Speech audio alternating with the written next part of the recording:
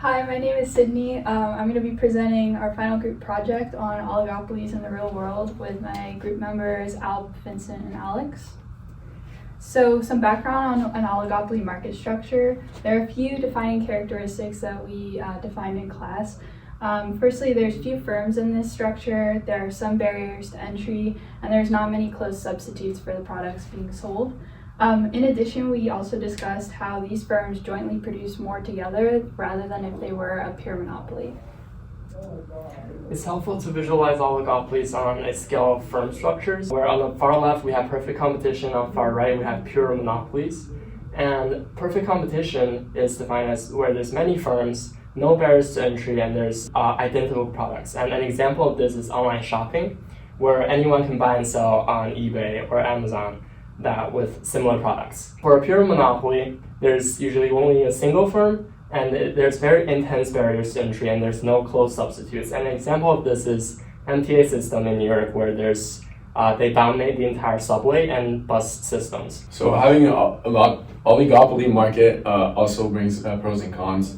So some of the pros are there's not much competition in the industry. There's greater profits for each individual firms. More focus on the product quality and the consumer needs. Also has a larger consumer demand for the firms. And some of the cons are it's not easy to enter or exit the industry. There's not much creativity and ingenuity in the products and service being sold. And finally, there's limited consumer options. So one prime example of an oligopoly structure is the entertainment theme park industry in Florida, specifically Orlando.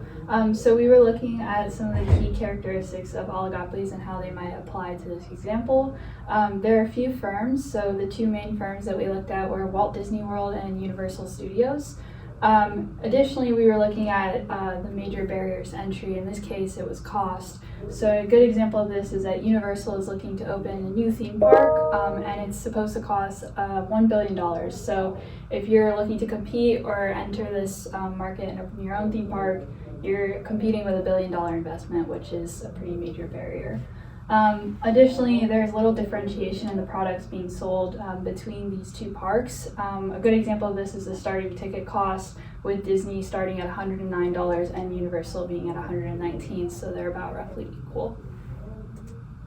Another example of oligopoly that affects us all is the telecommunication industry, where companies like AT&T and Verizon, T-Mobile formed this oligopoly. And actually in 1974, the US Department of Justice filed a lawsuit against AT&T for having too much control that it had to separate. And the same thing with Microsoft and Apple. They're trying to merge certain services, and companies such as OpenAI and Microsoft just merged into it to gain control of to strengthen the oligopoly.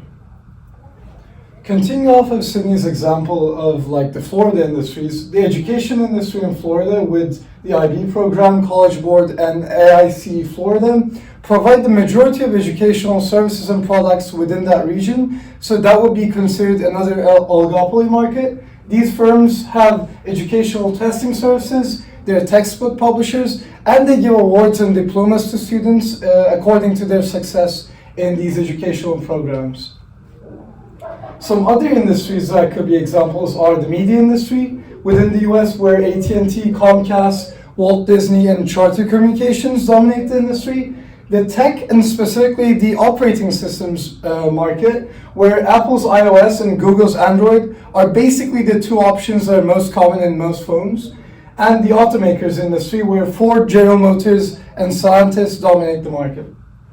So the final thing we're going to talk about today is the Herfindahl-Hirschman Index, which is a tool that measures the market concentration and helps assess the degree of competition within an industry. And it is used to dictate if a merger is going to be legal or not.